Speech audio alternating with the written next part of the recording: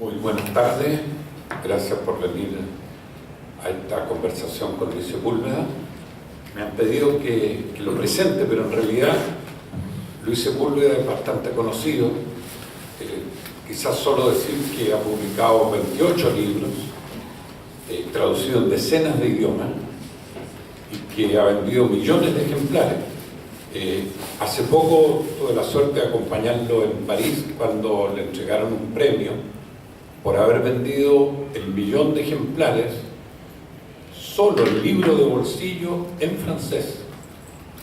Así que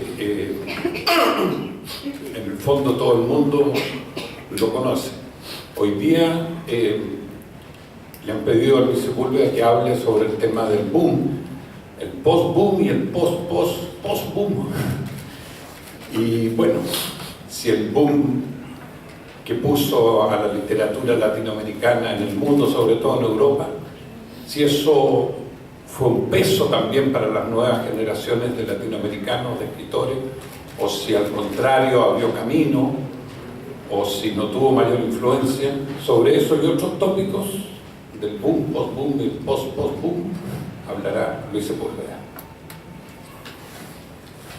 Bueno, buenas tardes y gracias por estar acá. Como suele decir un amigo mío, un gran escritor uruguayo que se llama Mario Delgado Paraín, antes de hablar voy a decir unas palabras.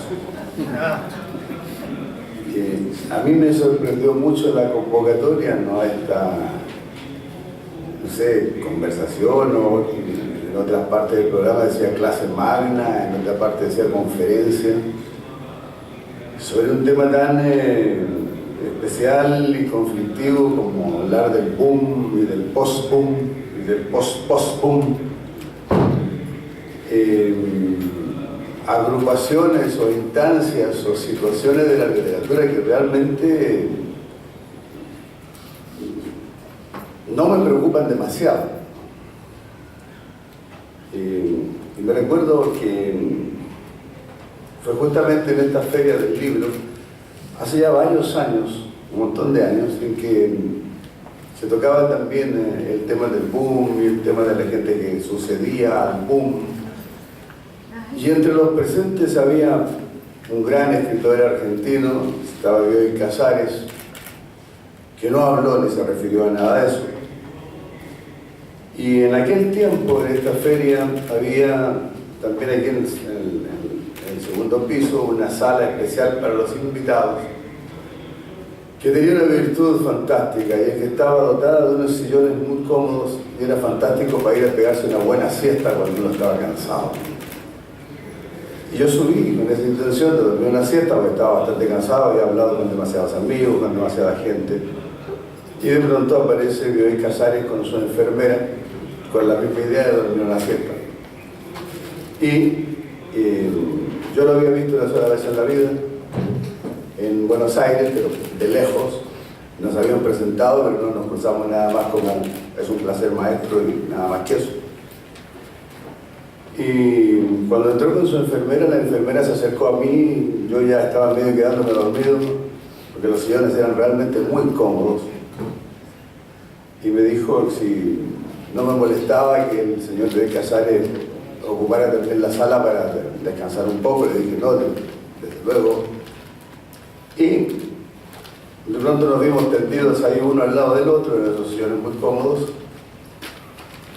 y Bioy Casares, que tenía una memoria bastante prodigiosa, se recordó de la ocasión en que habíamos sido presentados en Buenos Aires. Yo iba en compañía de otro amigo, un amigo muy querido, otro gran escritor argentino, Osvaldo Soriano, y de pronto, bueno, se quedó mirándome aquí en esa sala con los sillones cómodos y me dijo: usted es el compinche de Soriano, ¿verdad? Le dije, sí, soy el compinche de Soriano, ¿cómo le va? Y le dije, bueno, aquí estoy igual que usted, un poco agotado, con la idea de dormitar un poco, pegarme una pequeña siesta. Y nos tendimos. Debemos haber estado, no sé, unos 5 minutos así, tratando de dormitar. Yo estaba muy impresionado. No cualquiera se duerme una siesta junto a Bioy Casares. Y de pronto él abrió los ojos y me dijo, Sepúlveda, me dijo, usted quiere preguntarme algo, ¿verdad? Y en ese momento yo no quería preguntarle nada, pero tenía una pregunta de hace muchos años que siempre pensé, si alguna vez me encuentro con Borges o con Bioy Casares, le voy a hacer esta pregunta. A Borges no se la pude hacer, porque lo vi una sola vez en mi vida y en una situación bastante curiosa y muy borgiana. Yo, cuando estuve en mi exilio en Alemania, también me ganaba la vida como periodista, y parte de mi trabajo de periodista, o una época, fue trabajar para la radio exterior de Alemania, colaborando en unos programas que se llamaban Latinoamericanos en Europa. Entonces se trataba de entrevistar a personalidades latinoamericanas que pasaban por la República Federal de Alemania, hacer una pequeña entrevista que luego se radiaba en las transmisiones en español de la Deutsche Welle, la radio exterior alemana. Y un día que había hablado, le había hecho una entrevista a Eduardo Galeano y estaba en la radio para montar la entrevista que duraba 15 minutos. De pronto salí del estudio que estaba en el piso número 5 con la intención de ir a la cantina, buscar un café y volver a la sala de montaje para seguir con la entrevista. Y de pronto vi algo muy extraño, ¿no? Para que esto se entienda, uno se suele mover de un piso a otro de un edificio o caminando por la escala o por un ascensor. Pero los alemanes inventaron algo muy raro, una cosa que se llama Paternoster. Es una especie de correa sin fin, con forma de ascensor, pero que no tiene puertas, que está subiendo y bajando incesantemente, no va casi girando. Ya hay que tener una cierta agilidad para entrar cuando llega a la planta, al piso donde uno está, meterse adentro, bajar o subir y ser bastante ágil también para salir de ahí, porque no se detiene. Y estaba entonces ahí en el piso, en la planta número 5, y veo pasar un señor con un bastón, con la mirada perdida, y dije, es Borges. Y corrí al piso de abajo, al número 4, y lo vi pasar de nuevo, y ya no me ocupo ninguna duda, es Jorge Luis Borges. Corrí al piso número 3 y me metí también al Paternoster. Y claro, y le hice la aseveración más absurda que se le podía hacer, pero que a él le ocurría mucho. Y lo dice en su literatura, y le dije, ¿usted es Borges? Y él me respondió, sí, por favor, sáqueme de este lugar infernal, porque llevo subiendo y bajando más de 15 minutos. Le pregunté, ¿pero cómo entró usted aquí? Me dijo, bueno, me estaban haciendo una entrevista. De pronto sentí ganas de ir al toalete, al baño. Dijo, pregunté cómo puedo ir al baño. Y me dijeron, salga y vaya a la derecha. Y de pronto, bueno, me vi metido aquí, no girando. Bueno, ahí no le pude hacer la pregunta que yo quería. Pero a Bioy Casares sí. Y cuando ahí en esa sala, tan cómoda de aquí, no estaban los sillones de cuero, él me preguntó eso, ¿usted quiere hacerme una pregunta? Le dije, sí. Lo que quiero preguntarle es lo siguiente. Cuando Borges y usted decidieron escribir Las aventuras de Don Isidro Parodi, que es una serie de libros que tienen el formato de novelas policiales, en los cuales hay un personaje llamado Isidro Parodi, una invención de Borges y de Bioy Casares, que firmaban esos libros con un seudónimo, con el nombre de un escritor imaginario que también se inventaron, Bustos Domecq. Y le dije, lo que quiero saber es, se divirtieron mucho ustedes dos mientras escribían esas aventuras.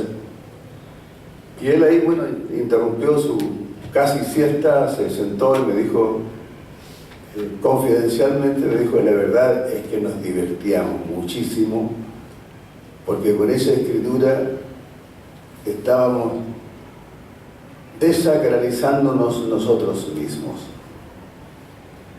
Nos estaban transformando en monumentos vivientes, dijo, y le puedo asegurar que tanto Borges como yo teníamos otros intereses, digamos, más vitales, más lúdicos, que ser monumentos vivientes.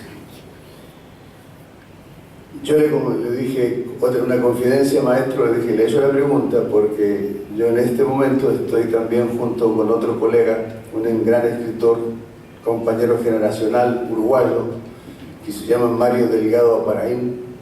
Estamos escribiendo un libro a 4 manos, que ya incluso tiene un título y se llama Los peores cuentos de los hermanos Grimm. Y le quiero contar que nos estamos divirtiendo como enanos, porque estamos también desacralizándonos nosotros y al mismo tiempo desacralizando muchos aspectos de la historia reciente y de la literatura cuya sacralización lo único que ha conseguido es alejar lectores y acercar especialistas, que es lo peor que le puede pasar a la literatura. Evidentemente, Bioy Casares no figura en el inventario del famoso boom de la literatura latinoamericana, Borges tampoco, pero evidentemente los dos tuvieron los méritos suficientes para estar en cualquier inventario de los nombres más relevantes de lo que es la literatura escrita en lengua castellana de los últimos 150 años. Decía que me sorprendió la convocatoria a hablar de eso del boom, del post-boom y del post-post-boom, porque respecto de eso, llamado el boom, se ha escrito y se ha hablado demasiado. Para algunos, el término boom fue una invención del crítico uruguayo Emil Rodríguez Monegal, es posible que así sea, que lo supo definir simplemente como un fenómeno editorial y literario de los años 60 y 70. Otro crítico, también bastante acertado a veces, Gerald Martin, señaló que el sur del continente americano fue conocido por dos cosas: la Revolución Cubana y el auge de una literatura de marcado carácter político. Un poquito más tarde, a fin de los 60, un escritor y crítico colombiano, Oscar Collazos, se atrevió incluso a formular una especie de sello de identidad o columna vertebral identitaria de lo que había sido esa literatura de los participantes del boom, considerando a los más visibles, los Cortázar, Vargas Llosa, García Márquez, Carlos Fuentes. Dijo que la importancia de la novela latinoamericana, tanto dentro como fuera del continente, se debía a una comunión íntima de la realidad con el producto literario. Y esto fue repetido por muchos críticos, por muchos especialistas, al referirse a los autores del boom. Pero en realidad esa aseveración no dice absolutamente nada, porque hablar de una comunión íntima de la realidad con el producto literario, es decir, con lo que se está escribiendo, es definir toda la literatura. Si pensamos en Doctor Zhivago de Boris Pasternak, ahí no puede haber una comunión más íntima, ¿no?, entre la realidad y el objetivo de lo que está escribiendo. Si pensamos en Los Miserables de Víctor Hugo, es difícil encontrar otra comunión íntima, más grande entre la realidad y la intencionalidad literaria.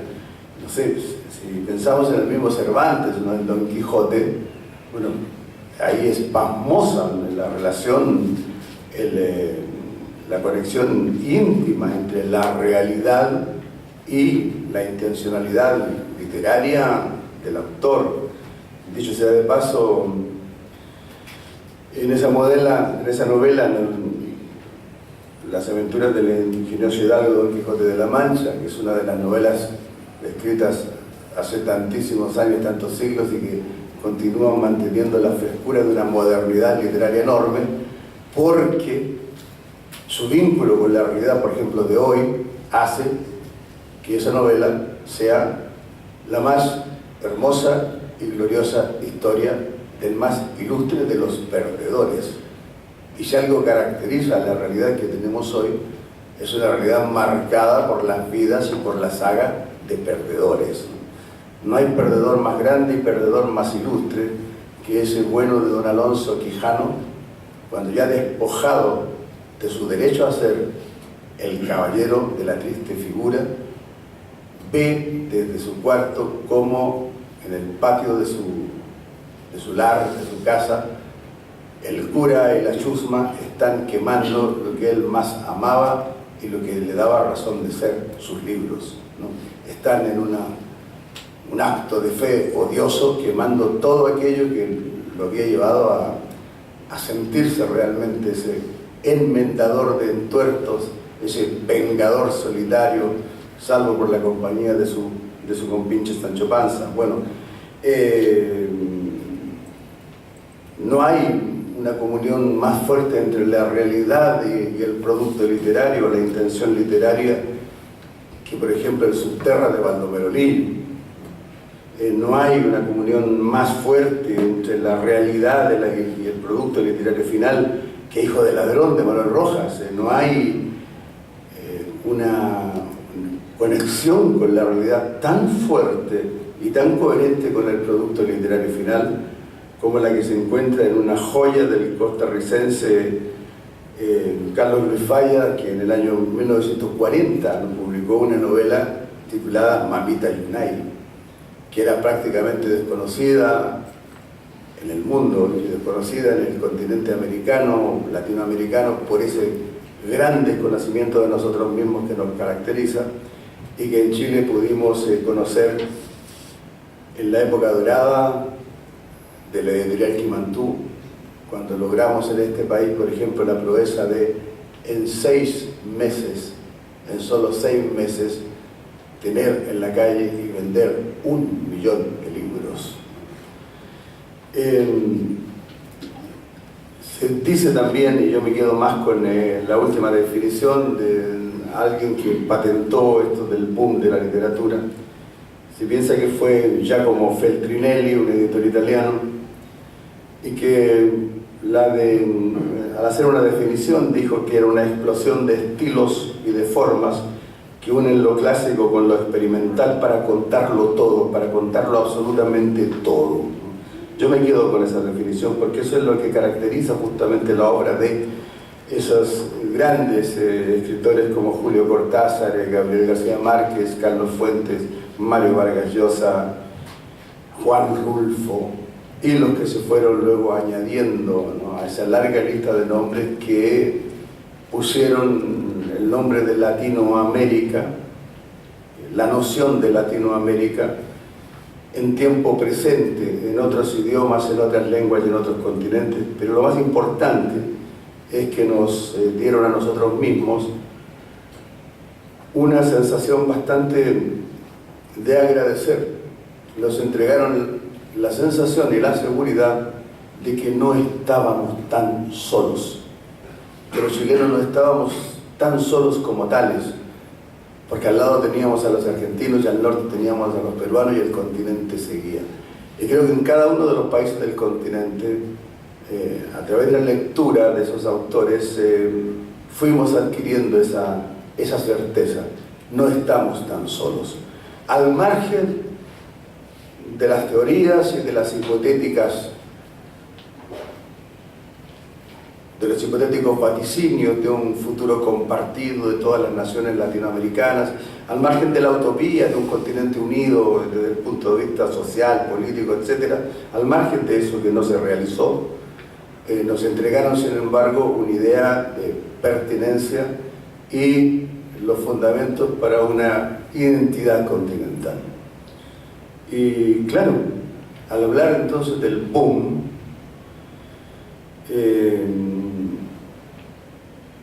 se puede decir, como diría mi querido amigo Augusto Monterroso, que cuando despertó, el boom ya había estado ahí y todavía seguía estando ahí, porque a los escritores que he citado, ¿no?, a los que hay que agregar a Juan Rulfo, a Octavio Paz, a Sábato, a Alejo Carpentier, a Lezama Lima, a Onetti, a Donoso, a Jorge Amado, y a una lista muy grande, porque se me escapan desde luego muchísimos, son responsables de el haber dado un enorme impulso, ¿no? Incluso a los que teníamos deseos de escribir, o teníamos el deseo de convertirnos en escritores, pero no estábamos muy seguros de que ese deseo nos iba a llevar a alguna parte, si eso tenía algún norte. Ellos demostraron que sí. Se puede discutir mucho sobre sus respectivas importancias, sus tendencias. Hay discusiones bizantinas que no llevan a ninguna parte respecto de cuál de ellos fue el fundador de esa corriente que se llama el realismo mágico. No importa. Yo sostengo siempre que el realismo mágico ya estaba fundado en este continente mucho antes de que García Márquez o Alejo Carpentier hubieran nacido. Tal vez el fundador del realismo mágico en este continente pasó una vez por Chile, se llamó Sarmiento de Gamboa, un cronista español que, por ejemplo, al referirse a los habitantes del territorio extremo chileno que hoy conocemos como la Patagonia o la Tierra del Fuego, escribió cosas como esta: la gente que habita estos territorios es de tal fealdad y pestilencia que por eso no acércanse ni procréanse. Entonces, ¿cómo existían? La pregunta. Bueno, eso es realismo mágico absoluto, ¿no? O en otra aseveración que dice: la gente que vive al otro lado del Gran Canal, refiriéndose al estrecho de Magallanes, ¿sí? Es de tal fealdad corporal y son tan deformes y están dotados de narices tan grandes y de orejas tan grandes que para dormir no precisan de mantas, pues cúbrense con ellas. Y eso está registrado, ¿no? Yo me deleito mucho cuando tengo una ocasión de visitar la ciudad de Sevilla y voy al archivo de Indias a leer a los viejos, a esos cronistas, que para justificar el que no iban a ninguna parte, se quedaban en Lima, ¿no? Se inventaron los viajes a los territorios extremos, a los territorios de más al sur, ¿no? Los autores citados, los que aparecen, digamos, en ese cuadro de honor del boom, y muchos otros que faltan, Cortázar señaló que eran hitos de algo que simplemente se llama la evolución de la literatura, porque todas las literaturas evolucionan o deben evolucionar. A nosotros nos tocó la felicidad en esta parte del mundo, en este continente, que esa evolución se dio de una forma muy notable en una época determinada y bastante apretada, y que coincidió con grandes hechos sociales como la Revolución Cubana, y que coincidió también con la respuesta de los Estados Unidos a la Revolución Cubana, que fue la Alianza para el Progreso, y que la contradicción entre una teoría revolucionaria y una teoría para disfrazar la ferocidad del capitalismo fue todo un estímulo también para la creatividad política y para la creatividad literaria. Habían desafíos a los que responder. El desafío de la expresión era muy grande.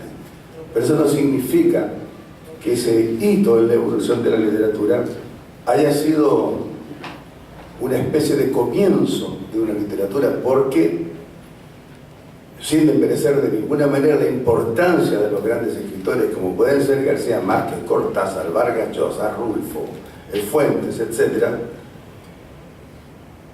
antes que ellos, bueno, los argentinos tenían a un Roberto Arlt, y nosotros aquí teníamos a un Juan Emar. Los argentinos siguen leyendo a Roberto Arlt y siguen admirando al chileno Juan Emar. En Chile Juan Emar está absolutamente olvidado. Nadie lo publica, nadie lo lee. Si yo le pregunto a un estudiante de literatura chilena, ¿sabes quién fue Juan Emar? ¿Puede citarme alguno de sus títulos? No tiene la más remota idea. Ya existía uno de los libros que marcaron generacionalmente a muchísimos escritores, entre ellos a mí, lo digo con mucho orgullo, porque de la misma manera como cuando Gabriel García Márquez leyó El proceso de Kafka, sintió una especie de revolcón interior, una gran revolución interior, porque había un autor checo que escribía en alemán y que le estaba diciendo que se podía contar todo, que no habían fronteras a la hora de contar, que no habían límites a la hora de contar y que no había ningún límite a la hora de definir estilísticamente la manera de contar. Bueno, a mí me ocurrió, y creo que a muchísimos, cuando leí El Gran Sertão de Guimarães Rosa, ese formidable escritor brasileiro que rompió todas las barreras, rompió todas las fronteras de lo que se conocían como reglas de la escritura. Y junto a Guimarães Rosa, bueno, en el norte del continente teníamos a Miguel Ángel Asturias, en el centro, en Ecuador, teníamos a Jorge Casa contando de una manera determinada. Y curiosamente acá, en el cono sur, teníamos gigantes como Manuel Rojas y gigantes como Francisco Coloane, que no habían pasado de nuestras fronteras, pero que sin embargo desarrollaron una literatura de una riqueza que iba a ser comprendida muchísimo más tarde. A propósito de esto, siempre me gusta citar que en una ocasión en Francia, después de un festival literario,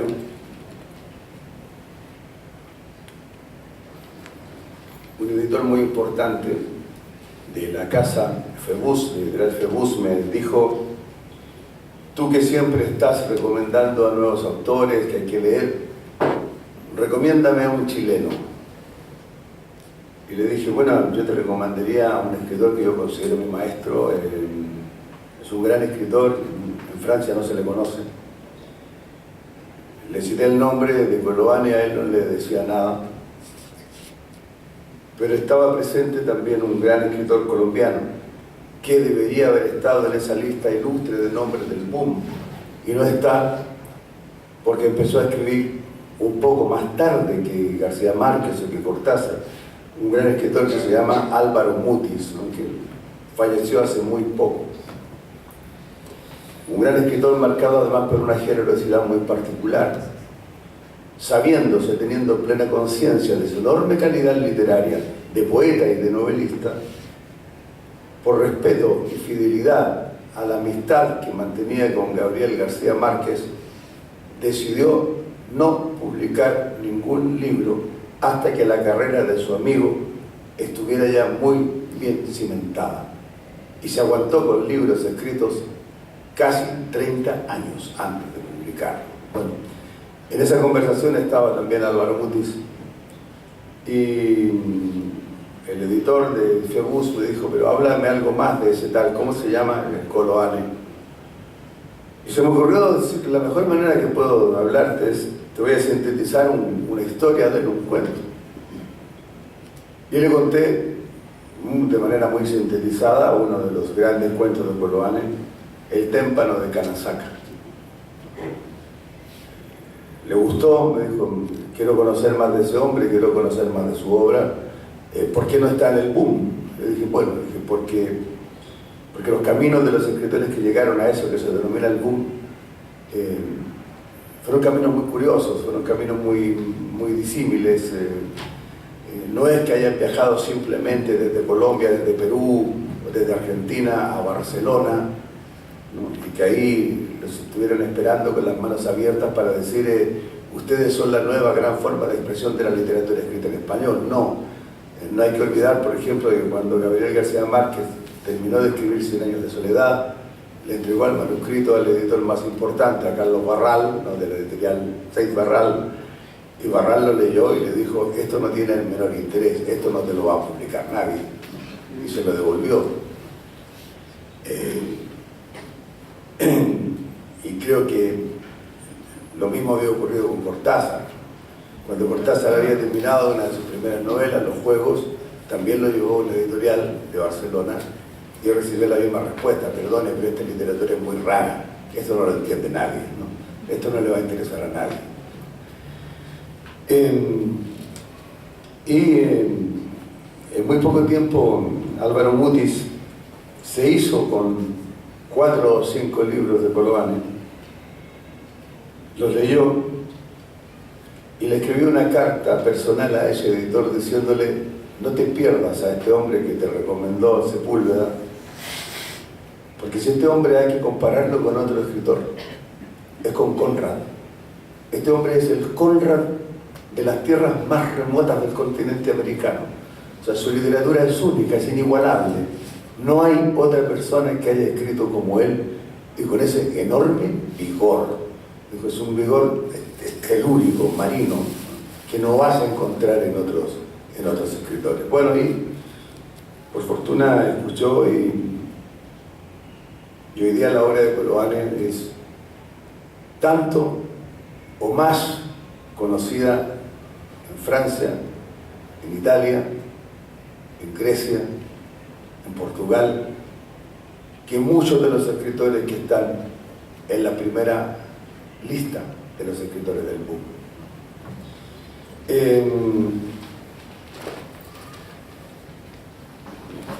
Evidentemente los escritores, todos esos nombres ilustres, abrieron camino en Europa, un poco en los Estados Unidos, a que empezaron a mirar lo que pasaba en esta parte del mundo con un interés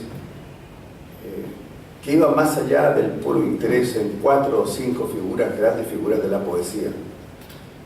Sabían quién era Neruda, sabían quién era Gabriela Mistral, sabían quién era Huidobro,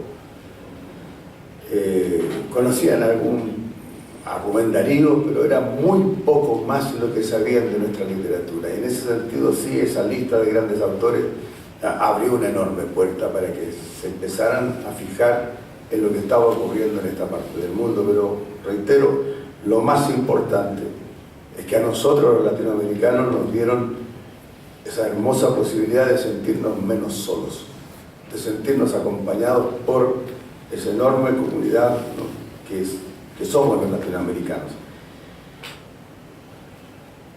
Nadie inventó el término post-boom. Empezó a aparecer en la prensa, así de una manera arbitraria, de una manera aleatoria, tal vez para calificar a los escritores que tenían menos años que los otros maestros, como Cortázar, Cabo o Vargas Llosa, ¿no? Y evidentemente también abrieron puertas. Escritores como, no sé, Antonio Escármeta, Alfredo Baeza Cheñique, Jorge Enrique Adum, Clarice Lispector, João Baldo Ribeiro, Moisés Clay, Manlio Argueta, Osvaldo Soriano, Isabel Allende, Ángeles Mastretta, Mempo Giardinelli, Ariel Dorfman, Galeano. Evidentemente contribuyeron mucho más a fijar la atención del mundo en lo que estaba ocurriendo en esta parte, ¿no?, del planeta, sobre todo cuando fue más necesario, porque fue durante las 2 décadas horribles de las dictaduras latinoamericanas. De alguna manera es gracias al esfuerzo literario de estos autores es que una vez más estuvimos menos solos. Una vez más la opinión del mundo, el interés de la gente realmente sensible y sensata estuvo puesto en nosotros, en los latinoamericanos, mirándonos de una manera solidaria y entendiendo que aquellas dictaduras no eran casuales, que ocurrían algo. Y empezamos también a ser parte del análisis global. Empezaron también a entender que lo que aquí ocurría les afectaba también directamente a ellos. Decía que nadie inventó el término post-boom, fue simplemente una cita literaria. Algunos estudiosos han escrito incomprensibles libros hablando de ese post-boom. Comprensibles porque todas las listas que se hagan, por más completas que estén, no están todos los que tendrían que estar, y también se puede decir que están algunos que no deberían estar. Cumplió, aunque es odioso decir que la literatura tiene que cumplir una misión. Posiblemente los escritores de una manera individual tengamos que cumplir misiones, como ciudadanos antes que como escritores, porque es una enorme satisfacción sentarse a escribir cuando uno está plenamente consciente de haber cumplido con sus deberes como ciudadano, de haber hecho lo justo en el momento justo, de haber dicho que no cuando había que decir no, de haber intentado cambiar lo que estaba mal cuando había que intentarlo, ¿no? y luego sentarse a escribir, es decir, con la conciencia bastante en paz, estando también contento con uno mismo. Ya ese post-boom, con la rapidez con que se van sucediendo las cosas, aparentemente ha sido sucedido por una especie de post-boom. Alguien me dijo una vez que yo era parte entre media, aunque mi nombre se inscribía en una parte intermedia, media rara, así entre el post y el post-post. Es bastante incómodo estar entre el post y el post-post, ¿no? Hay un problema ahí de cómo ubicarse, o sea, pero estaré más cargadito al post o más cargadito al post-post. Recién ahora en este año, en el 16, en el mes de septiembre del año 2014, leí en el diario español El País una crónica que me molestó bastante, porque empezaba diciendo que el Festival Internacional de Literatura de Berlín, el evento más importante del mundo en su género, considera que el nuevo post-boom de la literatura latinoamericana no es nada más que un espejismo publicitario. En el artículo calificaban a algunos autores descalificaban a otros, se permitían hacer una parodia que, siendo un poquito grotesca, no dejaba de ser justa. Planteaba que el boom había hecho un viaje, que era el viaje desde diferentes países de América a Barcelona, en donde, bueno, habían logrado conocerse entre ellos, llegar a ciertos acuerdos, convencer a algunos editores, ¿no? Y había empezado incluso la aventura literaria del boom. Lo que no es verdad, porque el boom, en su importancia, digamos, como personal, individuales de los escritores, se da cuando realmente esos autores logran por fin vivir de su esfuerzo, y lo logran primero a través de las traducciones que obtienen. Decía que el post-boom, bueno, había conseguido asentarse no viajando a Barcelona porque se habían agotado las posibilidades, sino viajando a París. Algo hay de verdad, porque de alguna manera, sobre todo durante la época de las dictaduras, para obtener el reconocimiento de lectores era como un paso ineludible el que alguna editorial francesa se hubiese mirado con atención nuestras obras o nos hubiesen traducido al francés. Y luego decía que ese post-boom ha sido un viaje mucho más complicado, porque hacían un viaje o a la Universidad de Berkeley en los Estados Unidos, o a la Feria del Libro de Miami, o a la redacción del New York Times en Nueva York, y conseguían entonces que algún crítico literario se fijara en ellos, ¿no? Y con eso bastaba entonces para ya estar en el parnaso literario, en la inmortalidad literaria. No me pareció justa esa apreciación, porque hay gente que ha logrado imponer su calidad sin pasar por Berkeley o por la Feria del Libro de Miami.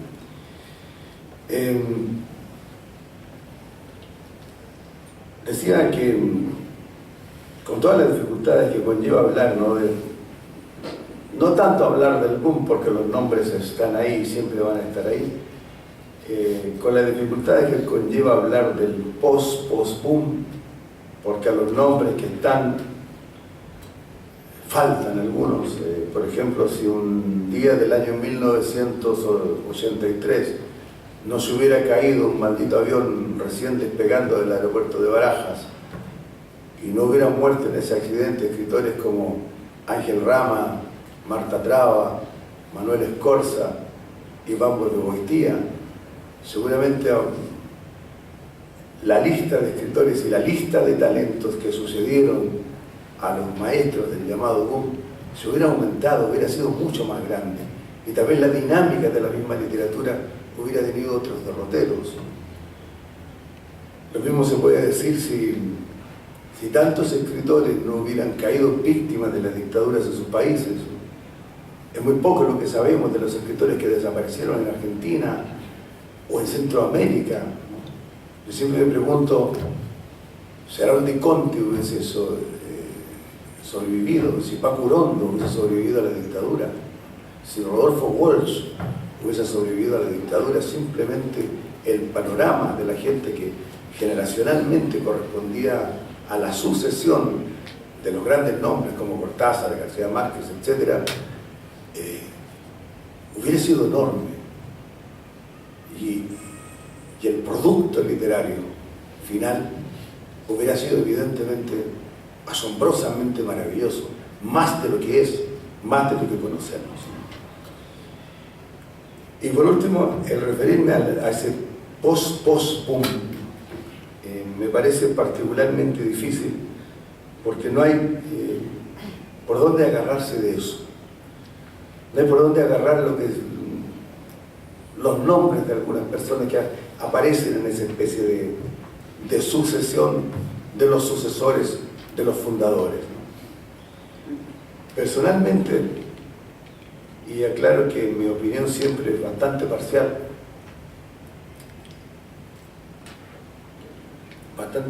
porque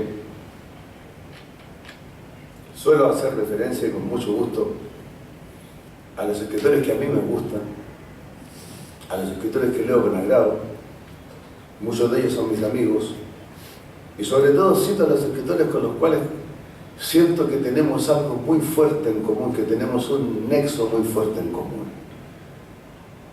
que tenemos sobre todo historia detrás, camino recorrido no solamente en la literatura, sino también en eso tan formidable y tan fascinante que se llama vida.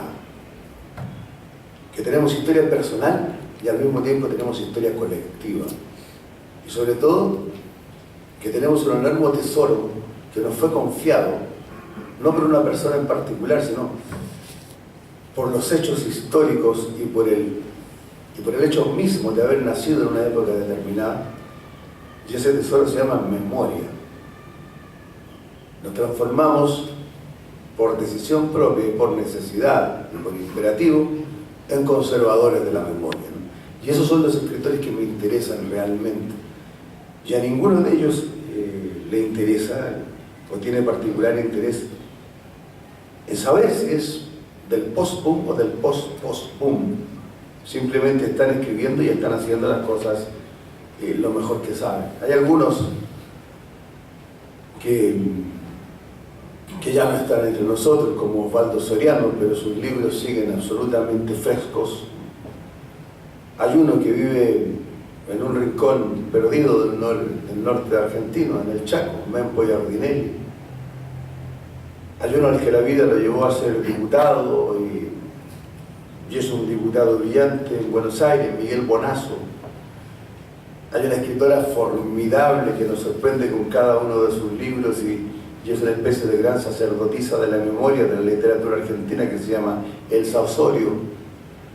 Hay un argentino que se fue al exilio a México y adoptó México realmente como su hogar número uno, y ya ha escrito las más bellas historias de desquite, pero de desquites planteados desde una posición literaria muy rica y que se ha considerado muy poco. Ese escritor se llama Rolo Díez. Rolo Díez se convirtió en muy poco tiempo en una suerte de gran levantador de algo que se llama ucronía.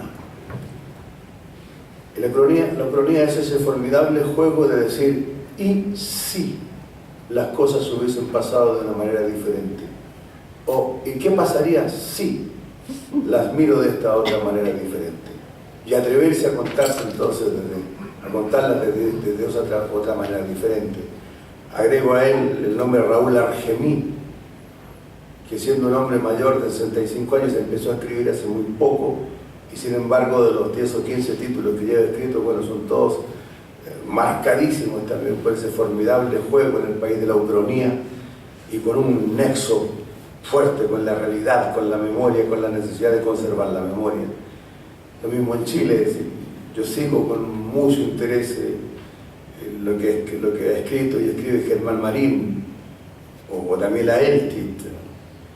Fue una sorpresa y una grata descubrir las novelas de Carla Welfenbein o buscar las novelas de Marcela Serrano, volver a leer y ver que lo han republicado, que se ha rescatado la obra de José Miguel Varas. Sigo con un interés muy grande porque es uno de mis escritores favoritos, ¿no? El Ramón Díaz de Herois. De la misma manera que sigo todo lo que hace Hernán Rivera Letelier, que me parece una voz muy particular, una voz muy personal, con un sello muy único. Lo mismo ocurre con Pedro Lemebel o con algunos veteranos que continúan escribiendo y que no han perdido justamente esa característica de cuidar la memoria, contar historias que son muy nuestras, como es Polidela, ¿no? Y si por eso salgo de la frontera de acá, bueno, encuentro en Uruguay a un Mario Delgado Aparaíno, a un Carlos Liscano, en Cuba a un Leonardo Padura, a un Celel Paz, en México un José Agustín, un Homero Arizis, una Laura Esquivel, Elena Garró, Paco Ignacio Taibo II, Elmer Mendoza, Rafael Ramírez Heredia, David Toscana, Sarabia, Antonio Sarabia, o en Colombia Laura Restrepo, Juan Gabriel Vázquez, a William Ospina, a Mario Mendoza y un larguísimo etcétera de títulos de autores y de autoras, marcados por el ningún deseo de trascendencia académica, el ningún deseo de inmortalidad literaria, el ningún deseo de aburrir a sus lectores transformándose en escritores paracríticos de literatura, en ningún deseo de alejar a los lectores de la literatura escribiendo ciertas invenciones que a lo mejor pueden ser muy bien vistas en algún laboratorio lingüístico o en un congreso de filólogos. Todos están empeñados en mantener una fidelidad, primero de lectores, que significa escribimos las historias que nos gusta leer y vamos multiplicando el efecto de escribir las historias que nos gusta leer. Y así al llegar hasta esa pregunta tan importante que no se la han hecho los estudiosos del boom, ni del post-boom, ni del post-post-boom, ya es la pregunta de ¿por qué se escribe? Evidentemente cada autor tiene una respuesta muy personal respecto del por qué se escribe, por qué escribo.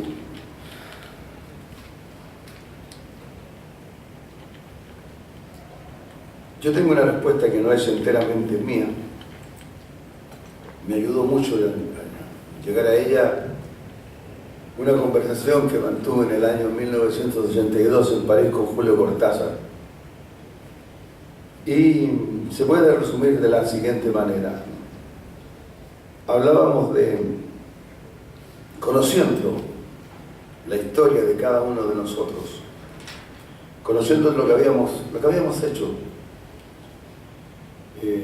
como hombres, como individuos, como ciudadanos. Llegábamos a la necesidad de saber si realmente entendíamos cuál era el sentido de nuestra condición de hombres, de personas. Y si éramos capaces de expresar en unas pocas palabras el sentido de esa condición de hombres y de ciudadanos. Y la única manera de expresarla en unas pocas palabras era decir que esa experiencia de hombres y de ciudadanos que nos acercaba a tener una idea de qué significaba ser un hombre y un ciudadano, se iba respondiendo lentamente en la medida en que nos lográbamos vincular con la vida de una manera rigurosamente ética, rigurosamente ética. Al mismo tiempo nos planteábamos, viendo el recorrido que teníamos, si éramos capaces de expresar en pocas palabras ¿Qué sentido tendrá nuestra condición de escritores o escritoras? Y llegábamos a la conclusión de que el sentido estaba en vincularnos a la literatura de una manera rigurosamente estética, con plena conciencia de nuestra capacidad de creadores de belleza. Pero sin embargo quedaba una tercera pregunta de definición. ¿Y qué significaban las dos cosas? El sentido de nuestra condición de hombres y de personas y el sentido de nuestra condición de escritores. Y ahí llegábamos a la conclusión, para expresarla en pocas palabras, de que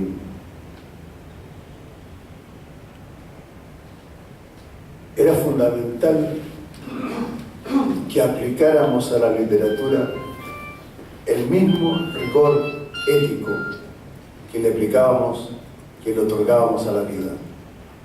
Y evidentemente que otorgáramos a la vida el mismo rigor y la misma fuerza estética que le otorgábamos a nuestra literatura. Había que hacer un puente entre esas dos cosas. Bueno, la lista de escritores que he citado, la última de escritores que leo con gusto, que conozco en diferentes países de América, son colegas, compañeros de camino con los cuales compartimos esa definición. Y escribimos por eso y para eso, para establecer un puente entre la vida y la literatura, otorgándole a la literatura la carga ética que le otorgamos a la vida y otorgándole a la vida la carga estética que le otorgamos a la literatura. Y eso nos lleva a actitudes.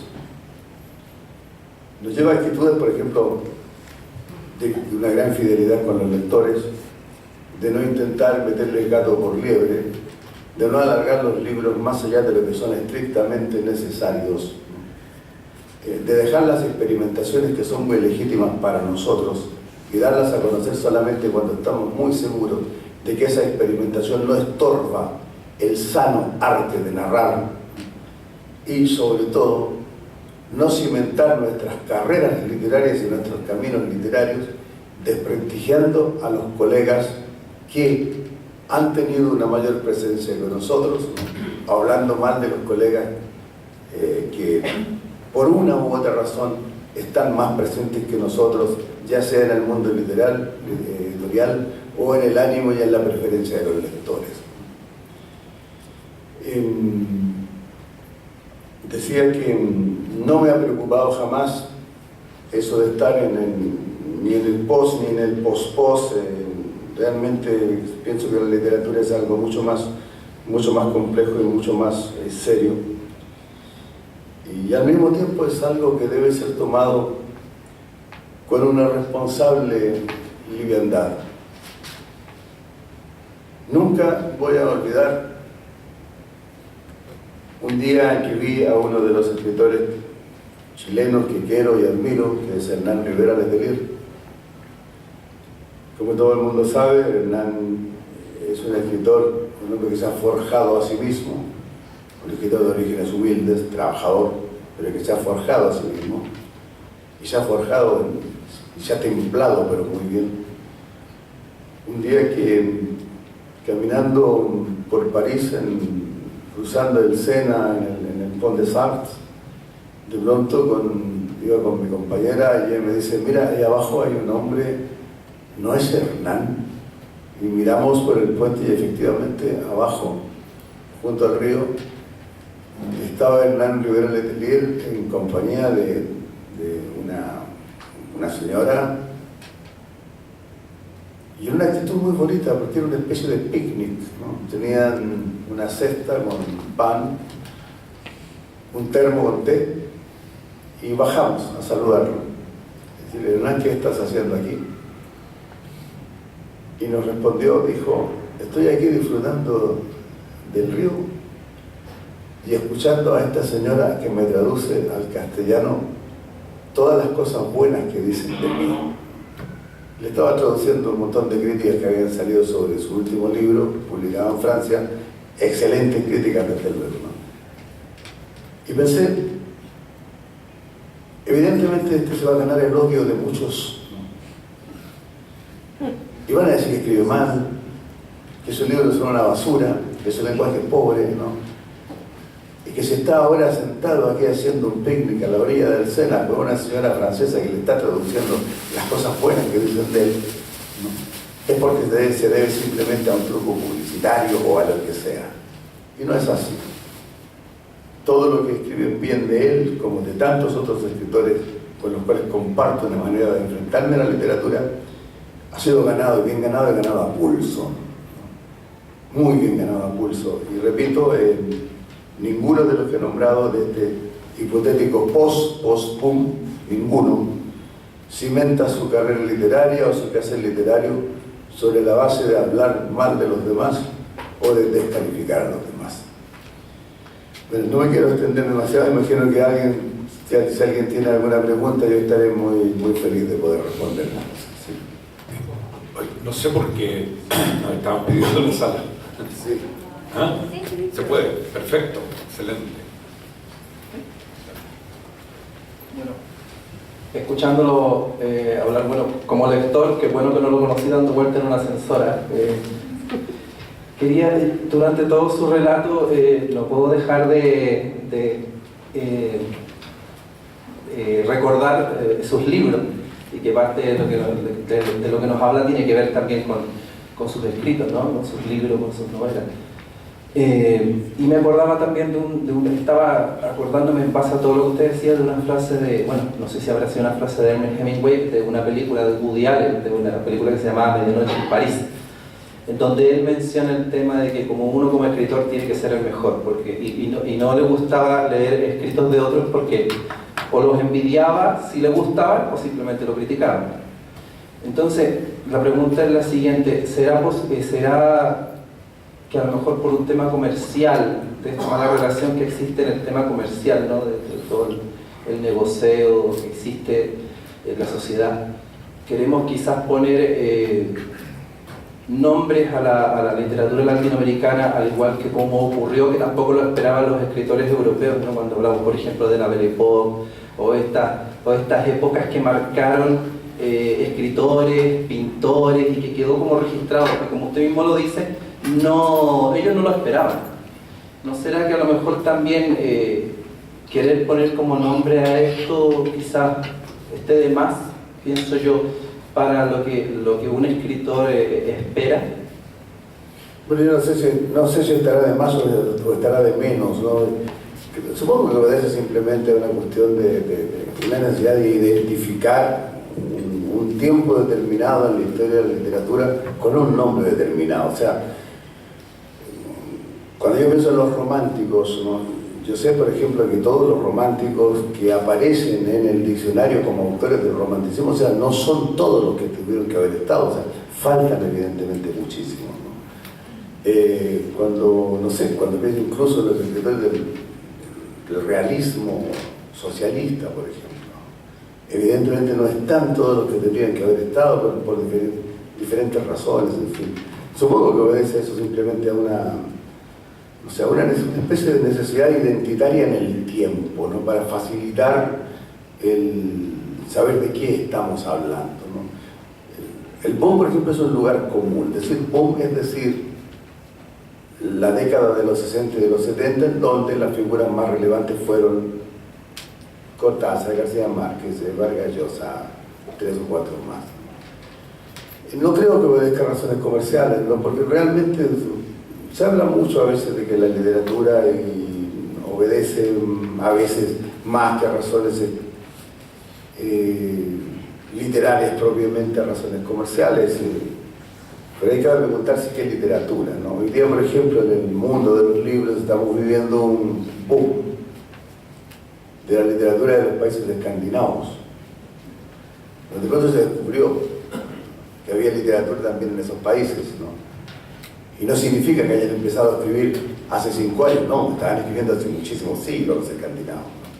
Entonces, claro, de pronto cuando el escritor, el autor de la trilogía Millennium, publica la trilogía Millennium, aparece un interés desmesurado en la literatura escandinava. Hay nombres muy grandes, evidentemente. Yo soy un gran admirador de para mí un escritor que se merece el premio Nobel de Literatura sobradamente hace mucho tiempo, se llama Henning Mankell, un escritor sueco, ¿no?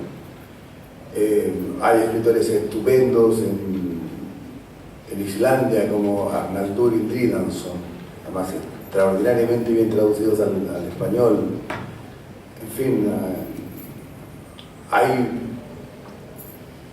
10 o 15 grandes escritores de gran talento en los países escandinavos, y ahí sí que han influido razones comerciales para hacer aparecer de pronto a 30 o 35 o 40 escritores escandinavos, ¿no? En una especie de mega boom y de super boom, y que se justifica ahí sí por razones muy comerciales. Y es que los escandinavos, que son países ricos, pagan las traducciones de sus autores a otros idiomas, lo que facilita mucho entonces que sean más ampliamente conocidos.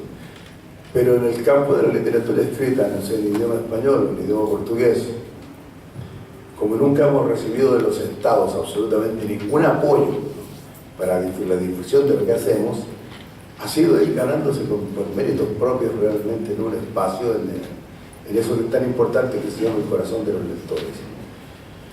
Y no hay que tenerle tanto ni miedo ni tanto respeto a eso que se llama el asunto comercial, porque cuando un escritor tiene lectores es gracias a un solo maravilloso mecanismo de publicidad, y que es el boca a boca de los que han leído, les ha gustado, lo comparten y lo recomiendan. Eso es el único mecanismo que realmente funciona. Puede invertir millones en propaganda pagada, pero si no funciona en el ánimo del lector, va a ser simplemente tiempo y dinero perdido.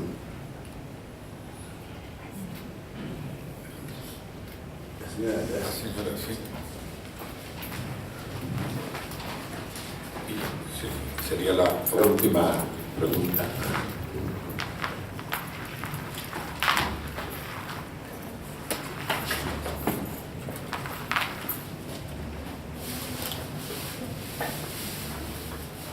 A don Luis Sepúlveda, quiero primero felicitarlo por su vasta trayectoria, por su éxito, etc. Y yo con mi hijo lo conocí a usted. Ahí empezó el primero. Ya, quisiera preguntarle, quisiera preguntarle, el escritor peruano que estuvo el jueves pasado aquí en la feria, Alfredo Bryce Echenique, estaría entonces en el post-boom literario. Y además, si usted lo lee, ¿le agrada? Sí, bueno, por una característica generacional, ¿no? Alfredo Bryce Echenique estaría, digamos, en el recambio, en el equipo de recambio después de los grandes nombres de la literatura. Sí, yo lo leo, reconozco que sus primeras obras las leí con mucho aprecio, ¿no? Un escritor dotado de un enorme sentido del humor, un escritor dotado de un sentido de ironía muy especial, además, ¿no? Y al margen de algunos accidentes que ha tenido en los últimos años, ¿no? Que lo han colocado en la primera plana de algunos periódicos, tiene a su haber una docena de libros que son libros memorables, que son libros muy buenos. ¿Y por qué ha estado en la primera plana? ¿Por eso? ¿Por esos libros buenos o por otro motivo? No, ha habido unas acusaciones de plagio, y yo no sé si son verdaderas o no, no lo puedo juzgar. ¿Plagio a qué escritor? No, entiendo que son plagios de unos artículos periodísticos, esa es la acusación que está latente, pero no... Siempre los escritores están, muchos son criticados por plagio. Y este otro escritor peruano, el joven, que venía a Gamboa, que estuvo hace poco también, ese sería de la post-literaria. Sí, lo leí, yo no lo he leído, no lo conozco. Tuve que ganar un premio, no, pero eso no. Bueno, ahí no sé si ya sería ya de la tercera pos. No le puedo responder porque lo conozco. El único Gamboa que conozco en la literatura es un colombiano, que es Santiago Gamboa, que sería del pos, no es que es una escrita muy buena. Bueno, muchísimas gracias por haber estado esta tarde.